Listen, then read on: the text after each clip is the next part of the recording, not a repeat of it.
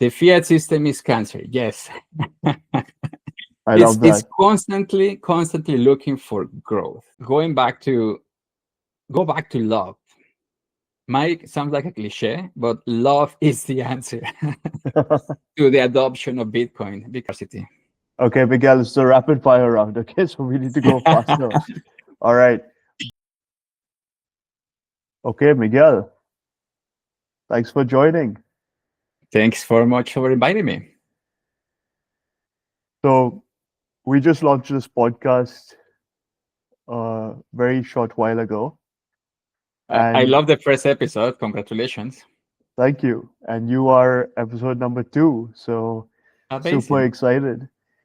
And we've decided to change the name. So we had named it the Beaver Bitcoin Podcast, but now we've changed it. We've decided to name it Why Bitcoin Wins. Oh, beautiful. Okay. Love it. So that's you heard it here first. Uh, the name of the So podcast is honored. now That's amazing. Why yeah, Bitcoin wins. I Why like it. Bitcoin Wins. That's what we've gone with, and we hope you like it. We hope people like it. So today I'm here with Miguel Abascal, the Bitcoin Sherpa. Thank you. Yes, super excited to be here, Shravan. Thank you. Nice, very excited to have you. So tell us what is the Bitcoin Sherpa? Oh, yeah. Well, let me explain first why Sherpa and then what's Bitcoin Sherpa. And a little bit about my story so people know who is this guy.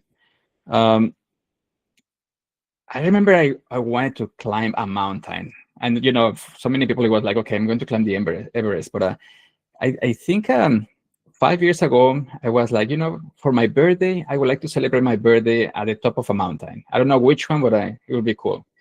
And I was like a coach potato kind of person, no training, no nothing, and just bought a ticket to climb the Kilimanjaro. And in 3 months, the trip started and all that. So hired a trainer, went there, but I realized that even with a trainer and all the information that I had and all the knowledge that I researched over the months, like it was not enough. And I was only able to make to the summit because of the team of amazing people that help us, the Sherpas that were helping us just to guide us of like, do not go to this way, go to the other way. Like this is the route for you, or this is what we can do for you. And of course, they did not carry me all the way to the summit, but they did help me a lot with providing me inspirations, motivation, you name it. Like I had really good conversations. So my trip to the Kilimanjaro was like 8 days. It's 8 days hike, going all the way 6,000 meters high, and a day to go down. So an amazing experience. I wish I could do it again, and especially with my boys. And that's something that I would like to do. And the reason I choose Sherpa or the Bitcoin Sherpa is because Bitcoin is a mountain of knowledge, of things that you need to understand just to get into, to try it, to test it out. And without the proper guide or the proper Sherpa, sometimes it is very hard for people to give you a second chance, to be like, okay, tell me more about it. And I do believe there is a way to explain Bitcoin to everybody in the world. And I do not agree with people that says like, well, good luck and stay poor, or like you are Yeah, going to get Bitcoin at the price that you deserve, like with all of these. the Uh, toxic Bitcoiners. yeah, I think it's too much because there is a lot of people out there that they need Bitcoin, Hmm. but and we're going to be talking about all of these different triggers and emotions and the Hmm. psychology behind it, where it is not the right moment, and it's a little seed that needs to sprout and be nurtured. So with the right approach, I believe like everybody's going to be into Bitcoin, and that's why I do believe that's how Bitcoin wins. So you started the Bitcoin Sherpa, and you've Yeah, so interviewed to you've answer your interviewed question, I started yeah. with the idea was like, okay, now telling you a little about my journey. Hmm. um, my biggest accomplishment in Bitcoin has been orange pilling my father and my father-in-law. They're almost in their 70s. And both of them told me, "Oh, Miguel, I wish I had listened to you 3 years ago when you started telling me about this thing." And I was like, "Yeah." And that was something that just kept repeating with me, like all the time. It's like, "Oh, Miguel, I wish I had listened to you a year ago, 2 years ago, 3 years ago." And I was thinking, like, well, maybe I'm doing something wrong, because my approach was just bulldoze my way, fire hose people all the way to like until they surrender, until like submission, and it's like, yes, please just tell me everything about Bitcoin. Of course, that approach doesn't work, but I learned that through doing it to countless friends and family, to the point that today some people and some family members, they just told me, it's like, the moment that you start talking about Bitcoin, I just shut down. I will not hear you. And it's like, because I did it so much. And today I can tell you, it's like, yeah, I think that approach doesn't work. Mm-hmm. So the intention with Bitcoin Sherpa is to start a research. It's an institute where we're doing research, having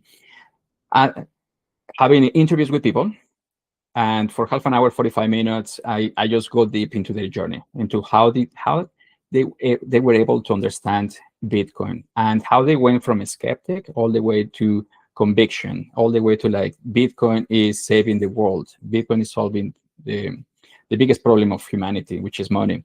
And that journey, I have done so far like 45 interviews of those, and the insights that we're getting out of is like, it's incredible, because my intention as a product manager is reverse engineer that path from zero to conviction, and be able to assimilate the next generation of Bitcoiners, and say like, okay, for a person like Shravan or a person like Miguel, let's not do the Bitcoin standard. Let's focus on this other resource, or this other book, or this podcast. We have thousands and millions of resources today, and Mm-hmm. the solution or the approach that worked for us is not the same that is going to work for the next generation. You cannot tell the next generation that are time poor, that are like super busy, single moms, or executives that they don't have time to be like, okay, just spend 10,000 hours in research, and with that you understand Bitcoin. It's like, there is a different approach for them as well. So the next generation of Bitcoiners, that's what we're mapping. We're having all of these stories to create a real-time map of human behavior, psychology, triggers, adoption queues, playbooks, you name it. And we have been posting all of these insights on Substack. The Substack is called The Art of Orange Peeling. And the intention is to provide all of this information to the world, to be like, hey guys, here's a different playbook. This is a different approach. And we have been posting a lot of these things. And so far, like, yeah, I received so much good feedback.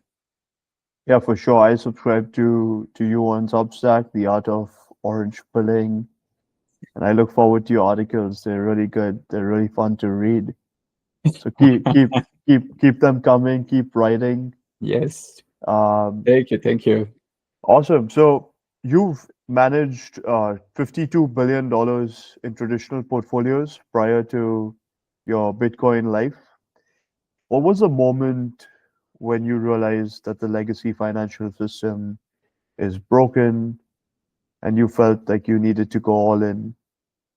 Oh, great question. I love it. This is deep. Okay. I always felt that the system was upside down, even since I was like very little. I was like, how is it possible that doctors that are trying to find a cure to cancer, they don't have funding, but then somebody that just like throwing a ball or bouncing a ball gets millions of dollars? It's like, in what world does that work? And for me, it was like, I like sports, but it's like, but I think health is a little more important than just like entertainment. In my world, I might be like completely, you know, crazy, but it started like that, and then from there evolved into like all the stuff that I discovered in terms of pricing, and in terms of like the journey of like corporate. So a little bit about my journey. I'm originally from Mexico City. That is why I have this sexy accent. And 16 years ago, I decided to follow my dream. Back in Mexico, I was the CEO of a coffee company. And just to give you an idea, I was in my late 20s when the company started. It was a coffee holding company with restaurants, franchises, distribution, you name it. We were selling around 200 kilos of coffee. By the end of like, when I decided to move to Canada, we were selling 20,000. So the growth was exponential. And I felt that everything I touch will turn to gold. So very cocky. I was like, you know what? I'm going to Canada. Why not? Like, that's my dream. It's like within the first 12 months, I'm going to become a prime minister. That was my crazy goal at the beginning. But then reality hit hard, and life humbled me because it took me 5 years to break through my corporate jobs. Like, I couldn't break through, and my first job was a server as a Tim Hortons in restaurants, construction. I was cleaning toilets. And this is nothing wrong with those jobs, but I was never expecting something like that. I had never done it in my life. So I was like, I I I really became a different person. That experience killed my ego. And I think that was a huge step towards understanding Bitcoin. And I'm going to explain why just in a moment. But after that, I started working at banks as a teller. And very quickly from teller, operations, customer service, all the way to project management, and finally into product management, where that's where I manage all the savings accounts across Canada for two of the biggest banks, the green and the red. And and my goal was growth. So I did it through the different cycles of the economy, recession, and then the pandemic, and you name it. So for me, it was very interesting to realize that for a company, and especially all the corporate companies in the world, like, at the end of the day, what matters is shareholder value. And I was like, but we are serving, helping people, no? Like, isn't that first? It's like, no, actually, the system of incentives is focused on how can we drive shareholder value, because a lot of these companies are owned by pension plans and are owned by so many different things. So I get that part, but an example, there are different customers or personas in corporate, and you can see it in all different companies, where you have um, a dormant cohort, which means they are price insensitive, they don't pay attention to the changes, they're not shopping around. So for me, when I started noticing, it's like, well, those are loyal, not just dormant. They are loyal customers that they are going to stay with you. Why? Like, we should do something good for them, no? Because they are loyal, we should repay loyalty. Well, from a perspective of product management in corporate, it's the opposite. It's like, no, actually, don't touch that segment because that's the one that is paying the bills. Let's go and attract the new segment, which is the people that we want to attract and grow from others. So it's the price sensitive and the ones that you need to give promotions.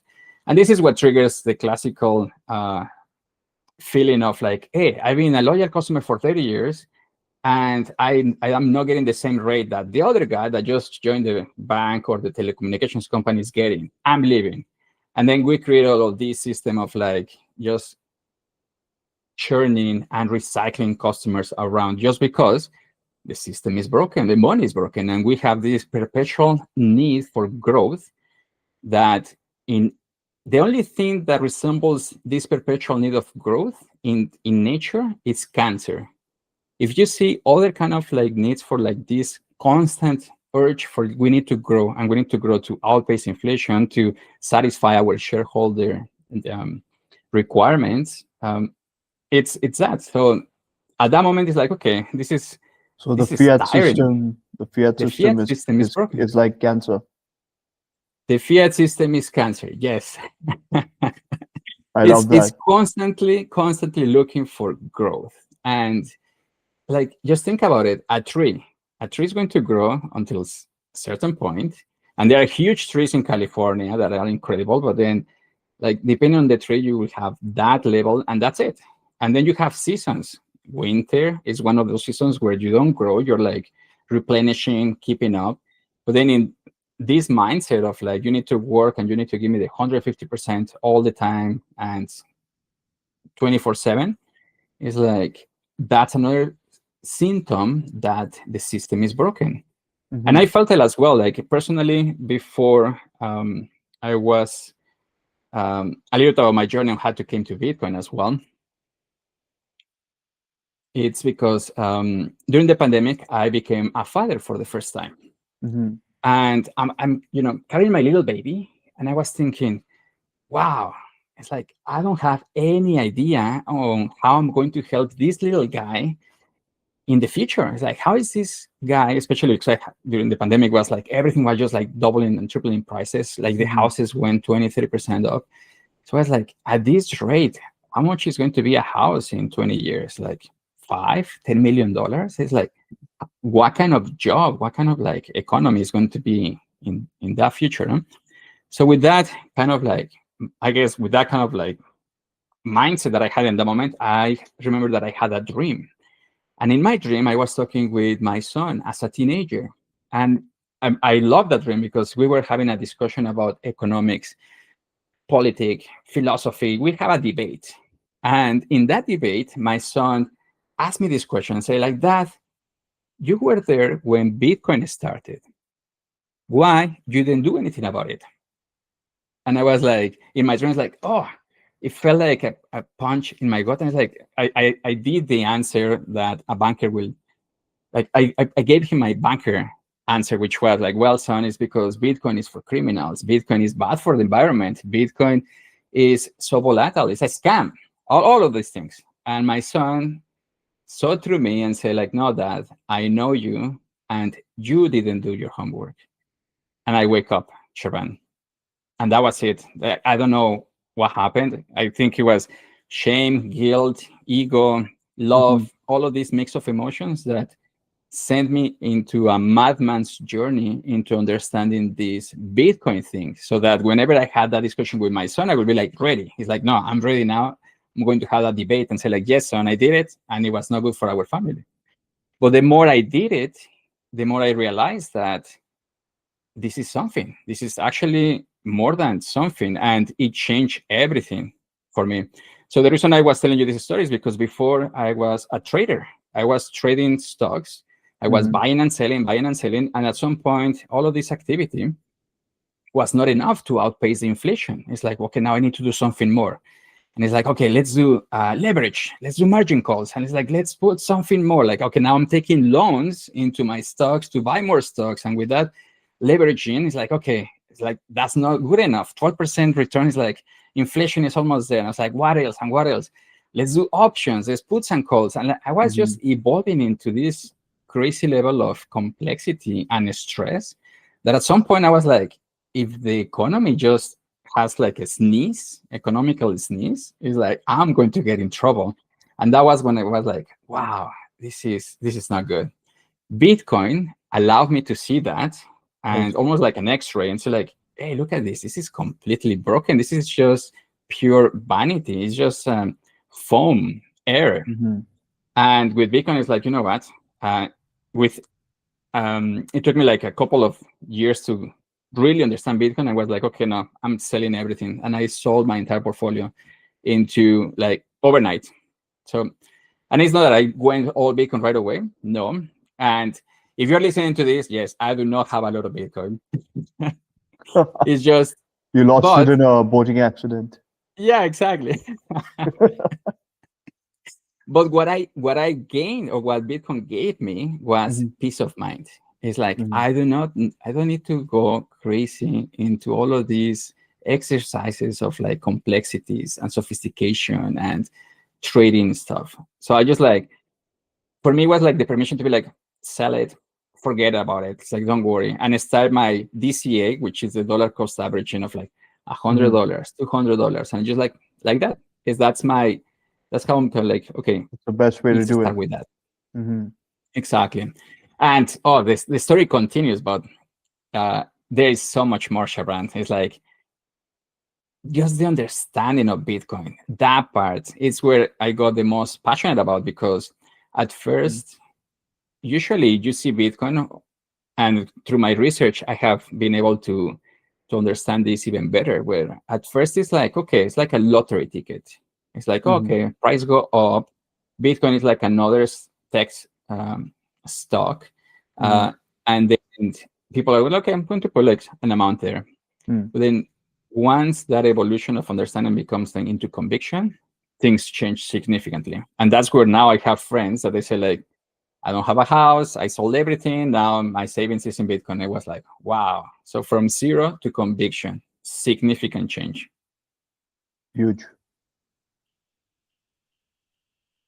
So You've talked about a consistent 3 to 5 year lag Yes. between someone first hearing about Bitcoin and even now when you were talking about your own journey, it sounded like similar to that, right? You hear about it, you start buying, you dollar cost average a little bit. It takes some time to finally, go all in. So I can you, agree. yeah, can you talk more about that from your interviews and from your own personal experience? What actually happens in those years, and Yeah.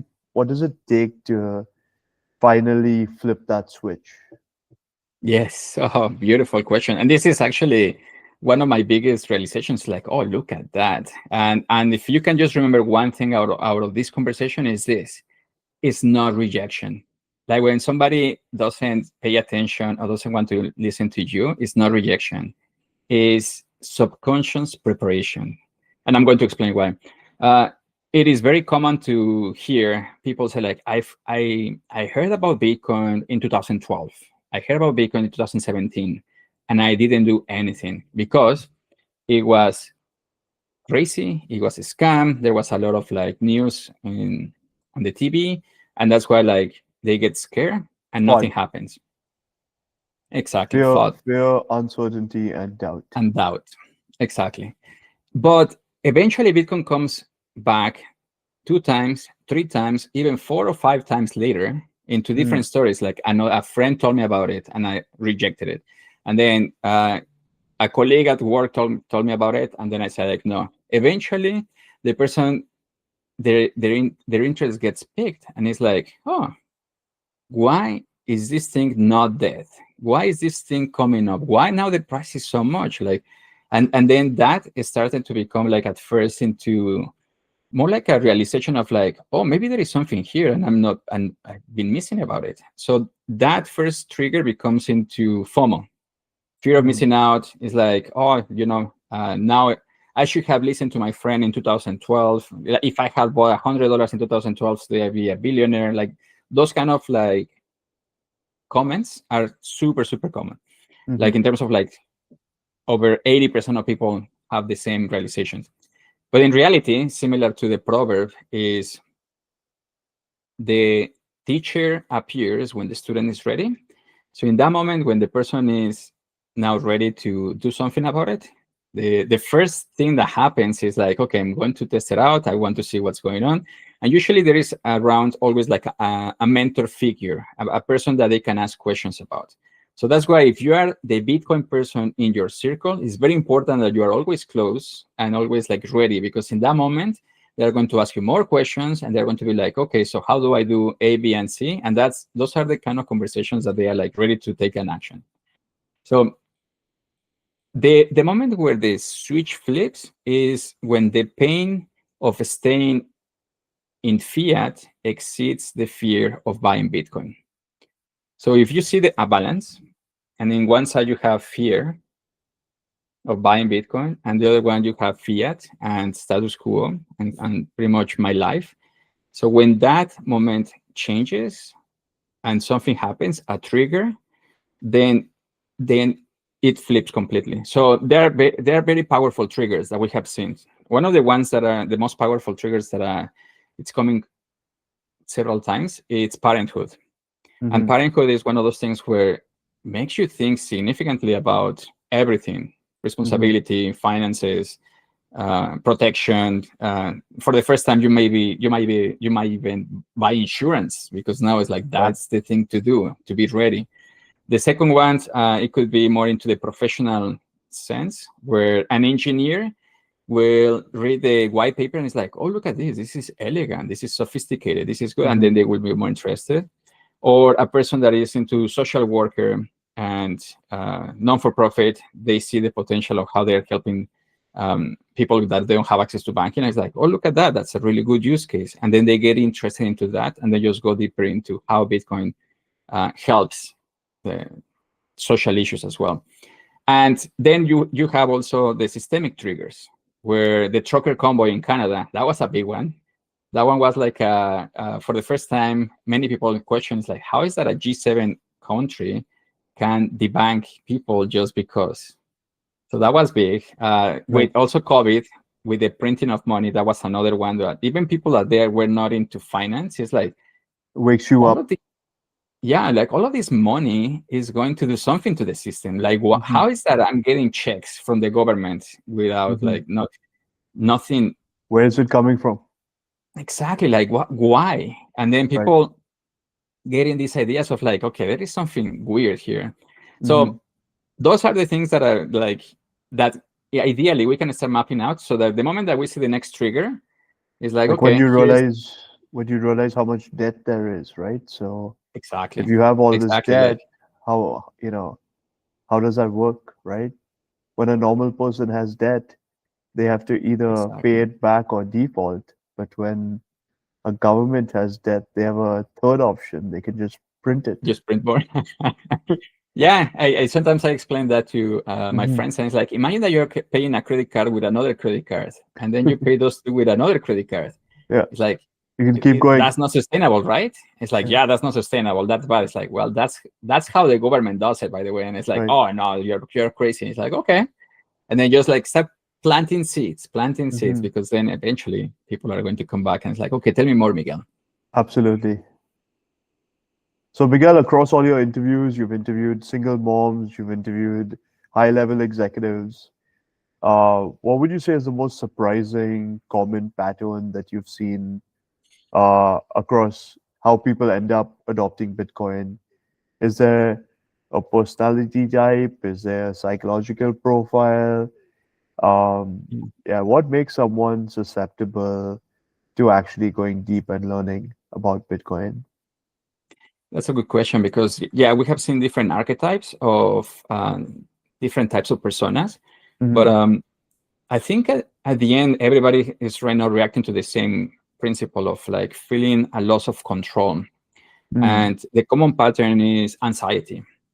So it's this feeling of like, I'm running like crazy just to make ends meet. It's like this financial treadmill of like, last year it was tough and we were doing a lot. And the previous year we were doing a lot. So it's like every year is like almost like the speed of the financial treadmill just keeps increasing and Hmm. you're not even moving an inch. And people are saying like, I don't know what's happening, but now like it's harder than before. Why?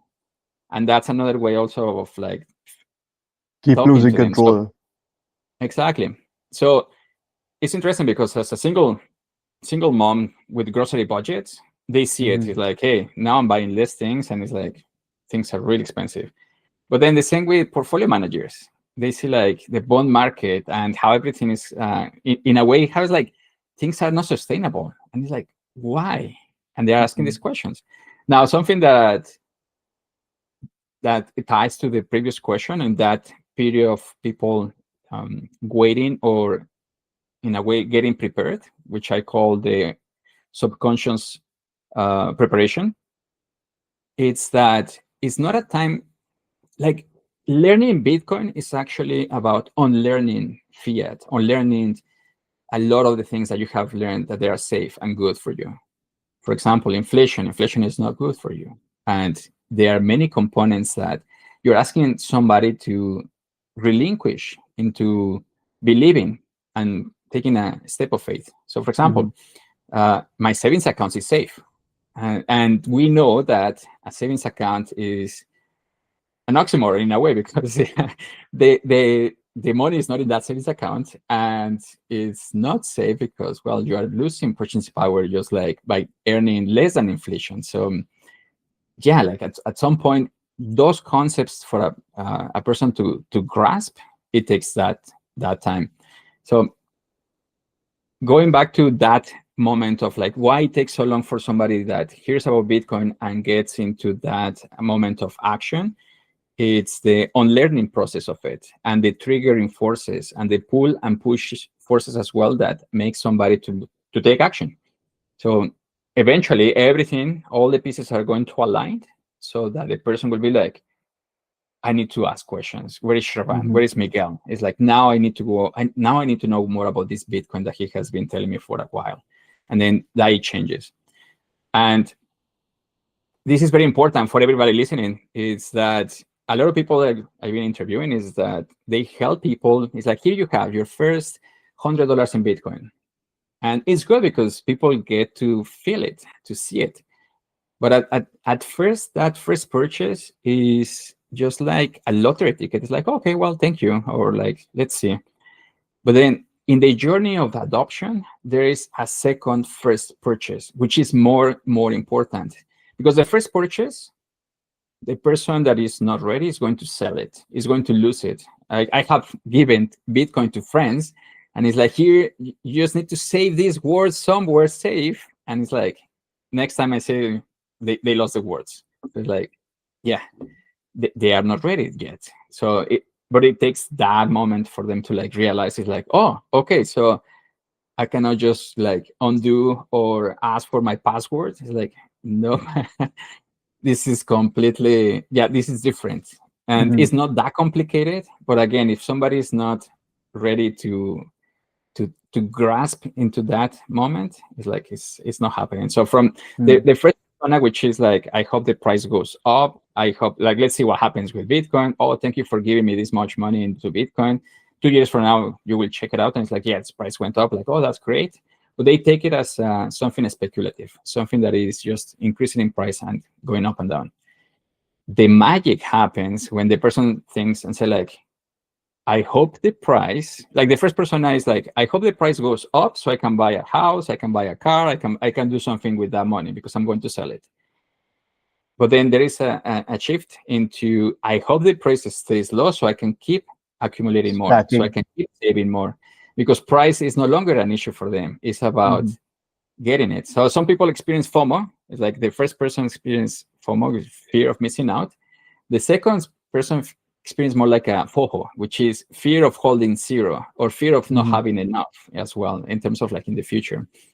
So from gambler, it changes into saver, and the time preference changes significantly as well. So it is a metamorphosis of mindset, going from the beginning of the Bitcoin journey, which is the first purchase, to that second first purchase, which is the start of Bitcoin conviction and the Bitcoiner journey. Well said.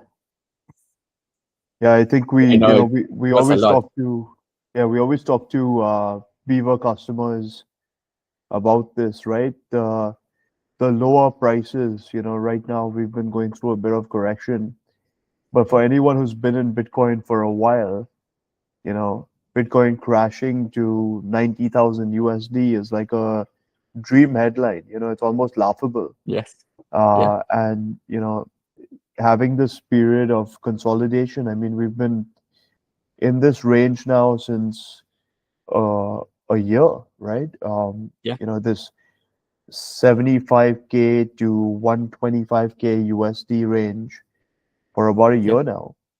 And these, flat consolidation periods, which while they're happening, they feel like a lot, but, after when you zoom out, you won't even be able to see it in the chart. So these are just incredible times to just stay humble and keep stacking. So 100%. Yeah, so Miguel, so you've spoken about your long-term vision of building the Waze for Bitcoin learning, and that really piques my interest as an ex-Googler. Google owns Waze, so it's very interesting to hear you say that. Can you describe what is that exactly? What is the Waze for Bitcoin learning? And I know you have a product marketing background.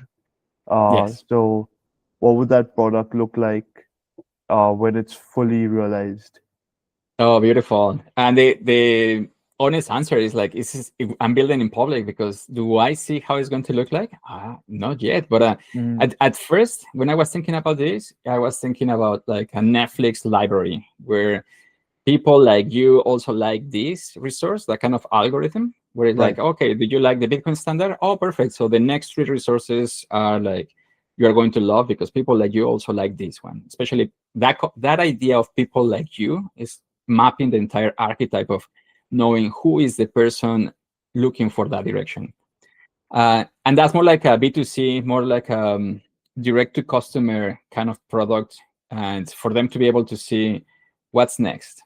Think about Bitcoiner in a meetup that you like a lot, and it's like you go to this meetup and you love to go to the meetup because you're going to be talking with this guy, and this guy is like, you know what? Thank you so much for your recommendation last time. You told me about this podcast. I loved it. It was great. And then that person tells you, oh, if you like that one, okay, here you have 3 more because you're going to love it. And that's kind of like they know you. They personalize the approach. So that experience, it's what I'm trying to also replicate with all of these, and having a predictive model that by knowing who is the person that is interested in learning more about Bitcoin, you will have more resources. But that's just one component of it. The other one that is I'm very excited is for companies, similar for Beaver, for example. It will be like most companies will have a leaky funnel somewhere in their journey. It's like acquisition, conversion, KYC, all the way to like deposit, self-custody, you name it. Like depending on the kind of company that they have, it could be an exchange, it could be a savings pension plan, it could be, you name it. And most of our marketing efforts are just one email to everybody, one newsletter to everybody. And that's pretty much what we have been doing for the last years. And that's perfectly fine. My goal is to be able to slice your customer segmentation and say like, hey, you have this cohort of customers that if you talk to this kind of copy or this kind of messaging, conversion rates increases by X bips or X percentage. And you have different cohorts of customers where they are going to be more interested in different ideologies. So for example, if we're talking about visionaries and early adopters, freedom and the self-custody and being your own bank, those kind of terms highly resonates. But when you are bringing those terms to single mom, which values more safety and long-term for children, might be too much, or maybe might not resonate as much. So like just adjusting and changing how you're communicating about the same product, the same thing, just like different copies, different messaging is what I believe is going to drive in more results and more adoption. The goal of all of these that we're doing is to help Bitcoin win, and also hyper Bitcoinization, so that everybody understands Bitcoin. Awesome. So you're cataloging real human Bitcoin journeys. What patterns are emerging that surprise you? What are the patterns that contradict what Bitcoiners might think right now about adoption? Do people, usually start learning about Bitcoin just because they want to get rich? Or does it start that way and then does it change over time? Great question. This is one of my favorites because I think that's how I learned that I was doing something wrong. Because for me, for example, ideas like decentralization, censorship resistance, cryptography, oh, that's incredible. That's next level. But then the moment I bring all of these terms to my family, my wife, my friends, I completely just like turn them away. So I think maybe thinking about this, like the things that help you understand Bitcoin are not the same things that are going to help your family and friends understand Bitcoin. And if you can make peace with that, then it's like the question is, what kind of language should I learn that I will be able to translate Bitcoin in their language to my family and friends? So recently I was interviewing a Bitcoiner spouse. So this is the Bitcoiner orange pill spouse. And for me, that's actually like something that is incredible, because one of the biggest gaps that I've seen in my research is that usually spouses are not at the same level of their Bitcoiner spouse. And there is a gap, and that gap creates tension and friction and decision making, and financially creates a little bit of an issue. So looking at this scenario where it took 7 years for that spouse to understand Bitcoin, and it was because at first the Bitcoiner was doing exactly what I was doing. It's like just keep pushing and fire hosing, and that didn't work. So what it worked, and the literal words that this spouse told me was like, I understood Bitcoin because my partner learned how to explain Bitcoin in my own language. And I was like, oh, tell me more about that. And yeah, and pretty much this person told me was like, well, I'm into social causes and non-for-profit, and that's my world. I've been doing that for like the last X number of years, and that's how I see the world. And the moment that my partner started giving me some of the, uh, it was like podcast, but also it was a blog of the different resources on how Bitcoin helps humanitarian causes and social issues. That's the moment that Jorge was like, oh, okay, so tell me more about it. And this is incredible because that person now is an ultra convicted Bitcoiner. Like she completely believes in Bitcoin. And I think probably, yeah, it's like they, like the experience on doing transactions is like not that, it's actually almost zero because the spouse takes care of it. But then it's the understanding of it, and now it's like in a different level. So for me, after understanding that kind of a scenario, it's like, yeah, it's not about how did you understood Bitcoin, it's about how the other person, what is the language of the other person that you're going to be talking with. And that's where you one example, or actually one playbook that I have to give to everybody here listening, is a question that I really like that you can ask in like family dinners or holidays. It's, what has been the greatest technological advance of your lifetime? And ask that question and just keep quiet. And something that I discovered was that when that question was asked in my family, I remember the great grandma was saying, oh, it was the washing machine. And I was like, the washing machine? Why? And she said like, well, it's because I had 5 children, and just doing a cycle of like, back in the day there were no diapers, so it's like to clean all the diapers, it would take me a whole day. So the washing machine just gave me my time back. I felt free again. It's like, oh, freedom. Oh, interesting. And the other person said like the cell phone, and why? It's like optionality, and now I can send messages everywhere. It's like, oh, okay, sending messages. And then like AI and all of these different technologies. So that at the end you can be like, oh, for me it has been Bitcoin. Why? And it's like, for freedom, for the optionality. And you just take like all the different elements that they have done. And it's like with that, you start talking their language in a way that you're just starting to plant a seed. You are not there to win an argument or to convince them on the spot. It's like, and with that, just like Plant the leave the conversation and keep going into another thing. But at least they know that you are into Bitcoin, why you love Bitcoin, and so on. Love it. What do you think would be the driving factor for Bitcoin adoption over the next decade? Ooh. Wow. Over the next decade. I think it all has to do with what's going to happen with this fourth turning. And for those that are familiar with William Strauss' book, Fourth Turning, yes. And if you're not familiar, I recommend you to read the book. Incredible. Pretty much it says that every 80 to 120 years, there is a cycle change. And it's explaining why we're feeling the way we're feeling and the leadership we have and the issues that we have globally. So it all depends if the fourth turning already happened or not, and if it was peaceful or not.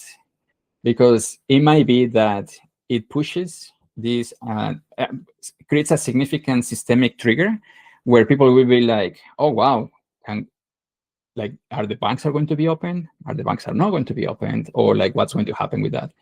A lot of people, especially with my family, is like, oh, Miguel, sometimes you are very crazy with these ideas. It's like, well, it's not that they're coming out of nowhere. It's like these books are really actually well studied, and it's like, yes, something is overdue for a change, and hopefully it's a peaceful change so that we don't have to deal with the consequences of like cleaning up like in 80 years ago with all the First and Second World War.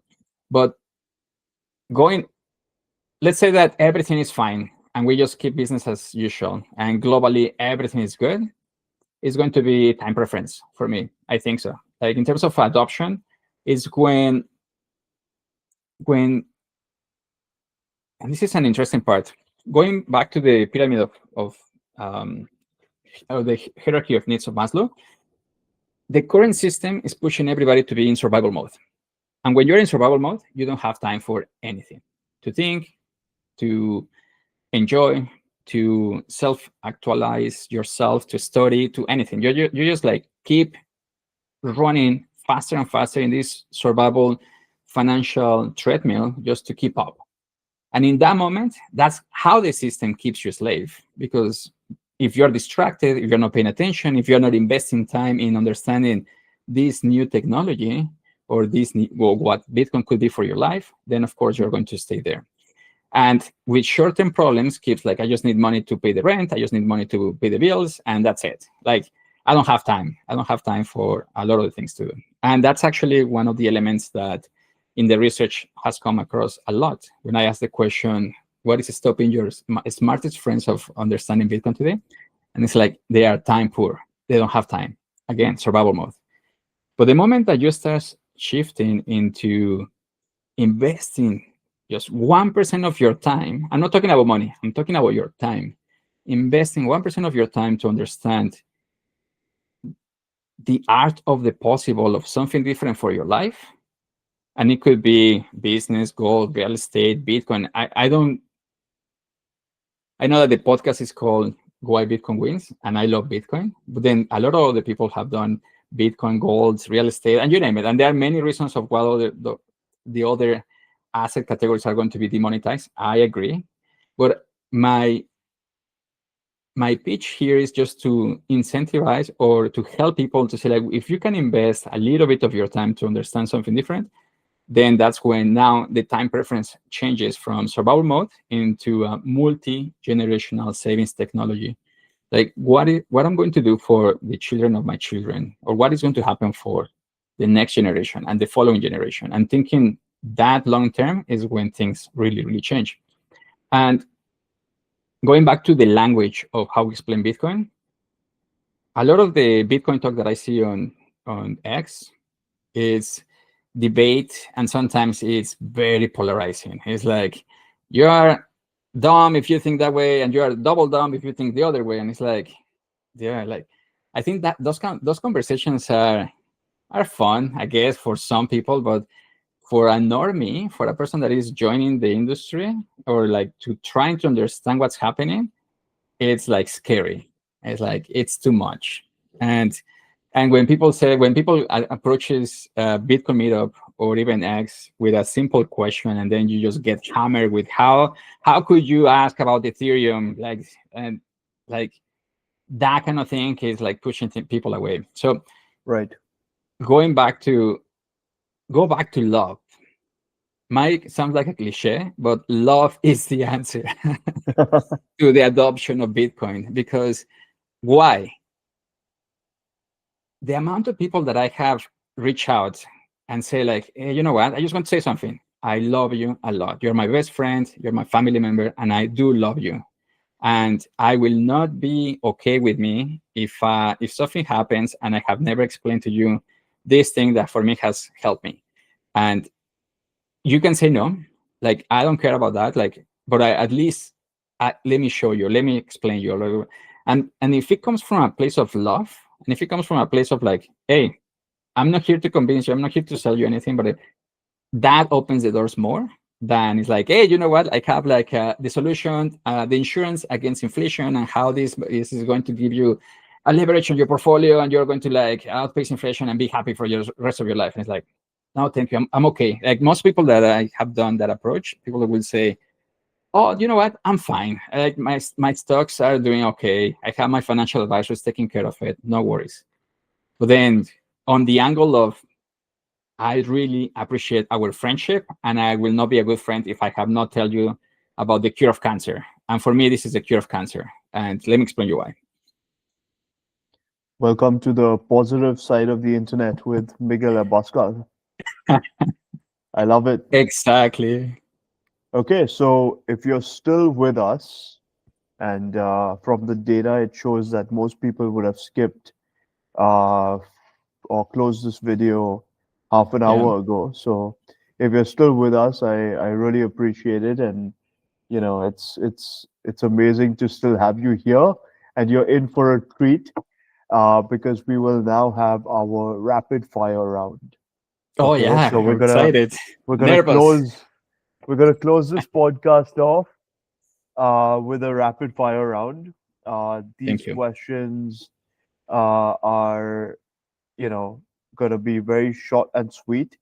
And, if you could keep your answers to just a few words or even just one word.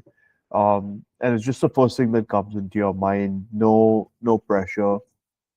So, are you ready to go? Rapid fire Let's round. do it. Let's go. Yeah, All let's do right. it.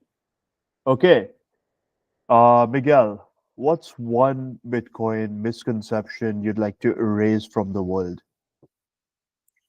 Wow, just one.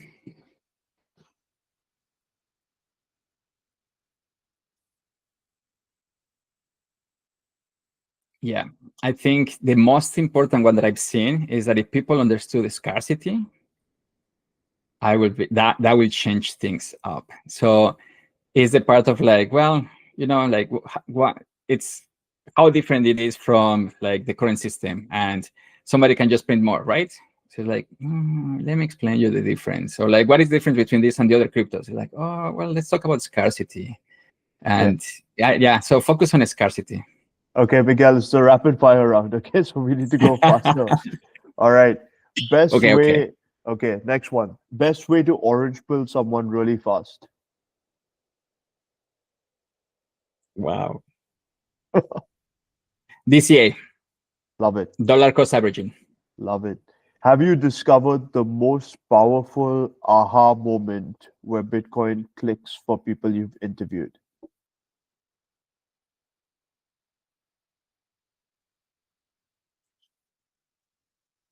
Decentralization, that has been on average. Yep.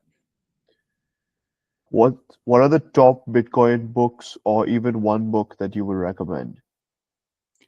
From the research, is the Bitcoin standard keeps coming up so much. For my own journey, Vijay Bojapati, The Bullish Case of Bitcoin, alone, it's just a long article that I love. So like 10 pages. Awesome. Okay, last question. Who should we invite next for our Why Bitcoin Wins podcast? So many people. Just one, or at least. Just one. Scott Diddles, CEO, co-CEO of Block Rewards. He is That literally he's next. he's next. Yeah, That he's a powerhouse. He wrote the book, The Tao of Bitcoin. Amazing book. He has corporate experience. Like he's like, yeah, crazy love it. knowledge of I Bitcoin. I have him scheduled for December 23rd, so Oh, that's beautiful. that's gonna happen. Okay, other than Scott Daniels, who else? Oh, and next. Next, one more. I'll take Well, a I love bonus. Jeff Booth. Jeff Booth with The Price of Tomorrow. I Uh, would love to interview Jeff Booth. yeah. Jeff Booth, if you're watching, you're invited. Yeah, his book changed my perspective completely, Mhm. and how I orange pill people as well. Yeah. 99% of the book is like, hey, here's the problem, here's the solution, what's happening. And then at the end, it's like, oh, by Mm. the way, there is something called Bitcoin. It's like, oh, what is Bitcoin? It's an amazing book It for is sure. beautiful. Yeah. Amazing. Well, Miguel, thank you so much for joining. Oh, thank you. It's been an absolute pleasure to have you on board and to have this conversation with you. Um, and yeah, thanks for being here. Any last parting words for the audience? What do you want to leave people with? I love what Beaver is doing. Thank you for doing what is very hard to do, by the way, which is simplicity. And I really like the platform. So thank you for that. Thank you for the conversation. I love these conversations. We just touched the top of the iceberg. It's like it's a lot of content in terms of like what people are doing for Bitcoin adoption and what is happening. And if you can remember one thing about this conversation, if you're still listening all the way to here, is my grandma used to say, son, remember that honey attracts more flies than vinegar. And it goes back to the love. Like love, if you approach people with love, respect, and with patience, I think that is the response for orange pilling people. So if you want to reach out, happy to reach out. LinkedIn, X, bitcoinsherpa.io. Yeah, read through all the messages. So yeah, Amazing. Thank you, Miguel. I really appreciate it. thank you, sir. Thanks. Wish you all the best. You too. Thank you.